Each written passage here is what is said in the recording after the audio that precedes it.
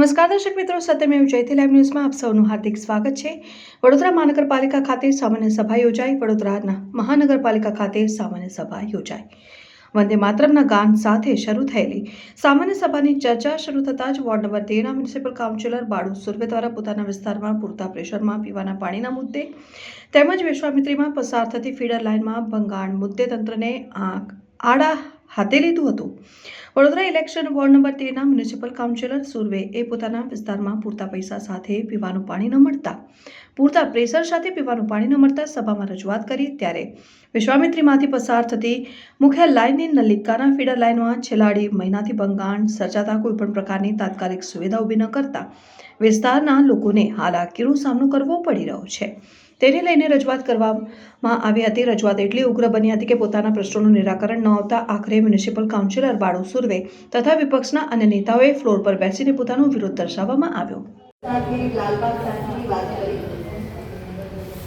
અમારા વિસ્તારમાં વોર્ડ 1માં નિઝામપુરા એરિયામાંથી 4 મહિનાથી કમ્પ્લેન રિઝોલ્વ નથી। 3 મહિના અગાઉ મ્યુનિસિપલ કમિશનરને ફરિયાદ કરી હતી। એના મહિના પહેલાથી નવા વિસ્તારમાં અમુક જગ્યાએ કાળા કલરનું પાણી આવે છે।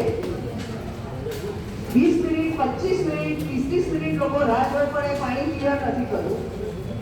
રેગ્યુલર ફોલોઅપ પછી લોકોને તમે ગંદુ પાણી આપો ને 4 મહિના સુધી ગંદુ બ્લેક કલરનું પાણી ગંદાનું પાણી આવે, ત્યાં સુધી લોકો આવી રીતે ચલાવશે।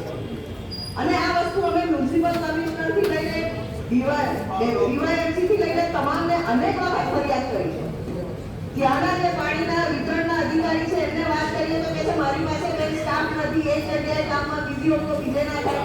પણ 4 ફીડર લાઈન કોઈ 9ની 8ની લાઈન હોય ત્યાં કે ટાંકીમાં પાણી જાય એ પાણી એ લાઈન આપણે રિપેર ના કરી શકે।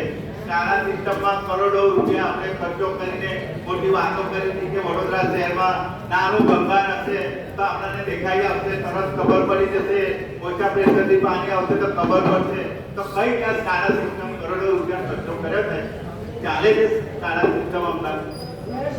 છેલ્લા 2 થી 2.5 મહિના સુધી નવરાત્ર પછી નવરાત્રમાં પછી દિવાળીનો તહેવારના 8 દિન સુધી અમારા વિસ્તારમાં ખૂબ ઓછા પ્રેશરથી પાણી આવે છે।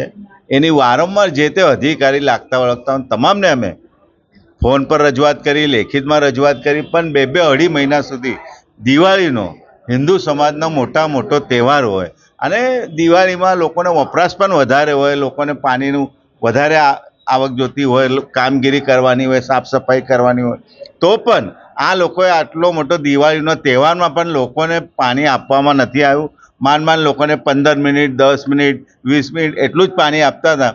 એટલે વારંવાર રજૂઆતો કર્યા પછી પણ કામગીરી નહીં કરી।